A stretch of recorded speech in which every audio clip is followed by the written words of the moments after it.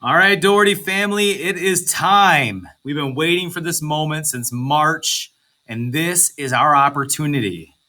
That's right. This is our opportunity to give our families and students a 5-star greeting. Better than any hotel resort, better than Disney World, we're going to welcome our Doherty families with excitement in our voices and smiles in our eyes and air high fives, whatever it takes. We're going to get them pumped up to be at school and to make them feel comfortable and put smiles underneath those masks on their faces. But also, while we do that, we're also going to need to make sure that when we're looking at arrival procedures, we have very clear staff responsibilities for safety because we want to make sure that we are also safely greeting our students. So in this particular video, we're going to look at those staff responsibilities, and it might be broken up into a 2-part series for this video and screencast. And what we're going to first look at are teacher responsibilities. So teachers, you have students coming to you for cohort A, cohort B. Make sure that you're at your classroom doors, ready to greet students by 8:05 for cohort A, 12:22 for cohort B. The following teachers will be at their exterior doors, all of our second grade teachers plus Bieber, Miller, and Baton. And then our interior door greetings for teachers will be all kindergarten plus Ms. Valentine for first. So you teachers here in kindergarten and Valentine, you're going to greet your students in the interior doors, and I'll show you why in a second. It would be a good idea for all classroom teachers to have some type of soft start activity or things for the kids to do as they enter the classroom. We don't want them to come in while you're still greeting other students at the door with nothing to do. So that's a good idea to think about how you can build those routines in so kids are not sitting by idly, because that's when things tend to go off the rails for our kids in the classroom. Specialized staff. Very, very, very important that you know your role for arrival procedures, and we want you to be posted up at 8:05 a.m. and 12:22 p.m. in your assigned spots.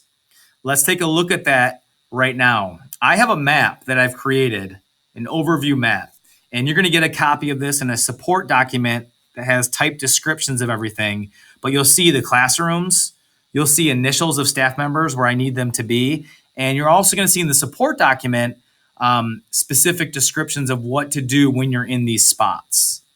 So we'll come back to this map in a second, but I also want to highlight a support document. It's a Google Doc that I will be sharing for you that's going to have a typed description of everything. And what it's going to have, for example, is an area like the bus loop, the 3 staff members, their initials. And the reason I'm giving their initials is because on our visual map, I only include their initials. So if you see KT on the visual map, that stands for Karen Toper. And then next to that staff list for that area, it's going to have their objectives or the things that they need to be able to think about when they're supporting kids at arrival.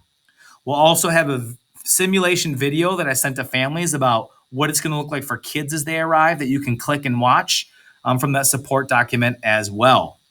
Now, the next thing we're going to look at is our arrival. And for this, we're going to pay specific attention to what happens for our bus riders.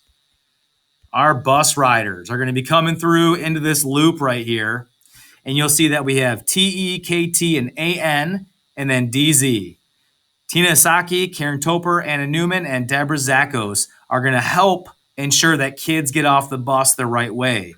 One thing we want to think about as you're helping kids, number one, we're only going to let one bus unload at a time. Let that bus get off. Let them work their way down this blue arrow area right here. And then once they start to make their way, let the next bus off. Deb Zakos, you can see you're further down. You're like in this transition area from the loop to the actual car line, like right here.